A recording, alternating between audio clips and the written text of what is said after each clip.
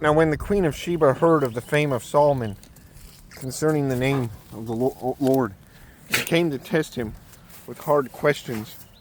She came to Jerusalem with a very great retinue, with camels bearing spices, and very much gold and precious stones.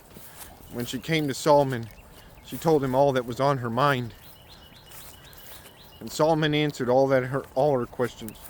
There was nothing hidden from the king that he could not explain to her.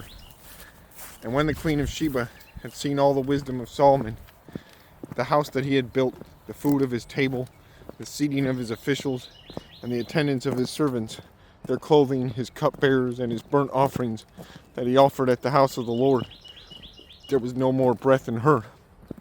And she said to the king, "The report was true that I heard in my own land of your words and of your wisdom. But I did not believe the reports until I came and my own eyes had seen it.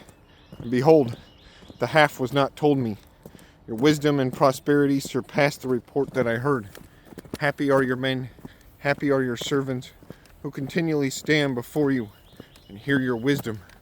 Blessed be the Lord your God, who has delighted in you and set you on the throne of Israel. Because the Lord loved Israel forever, he has made you king, that you may execute justice and righteousness." And she gave the king 120 talents of gold, and a very great quantity of spices and precious stones. Never again came such an abundance of spices as these that the Queen of Sheba gave to King Solomon. Moreover, the fleet of Hiram, which brought gold from Ophir, brought from Ophir a very great amount of almug wood and precious stones.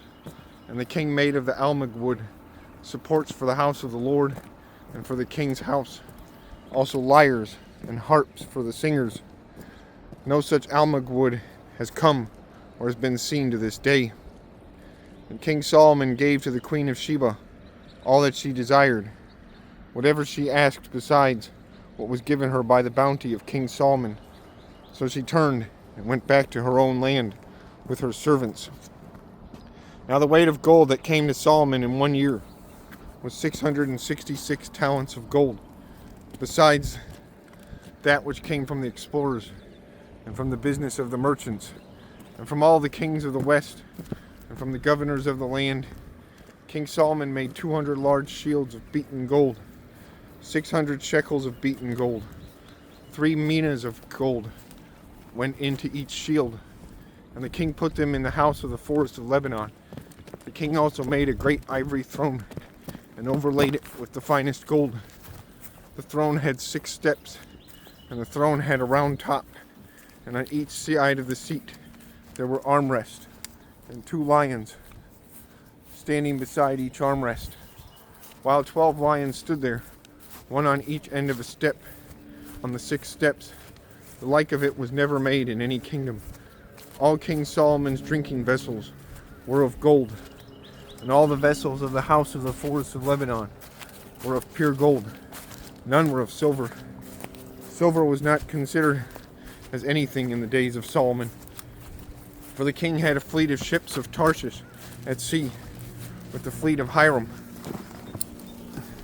Once every 3 years, the fleet of the ships of Tarshish used to come bringing gold, silver, ivory, apes, and peacocks.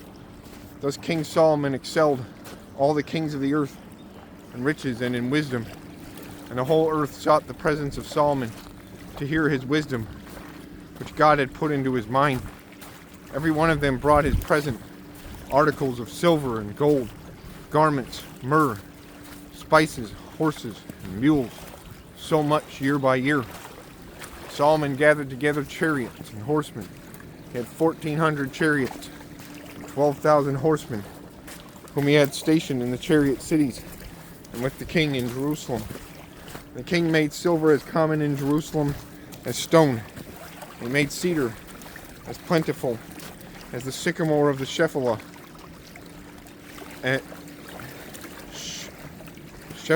And Solomon's import of horses was from Egypt and Kew.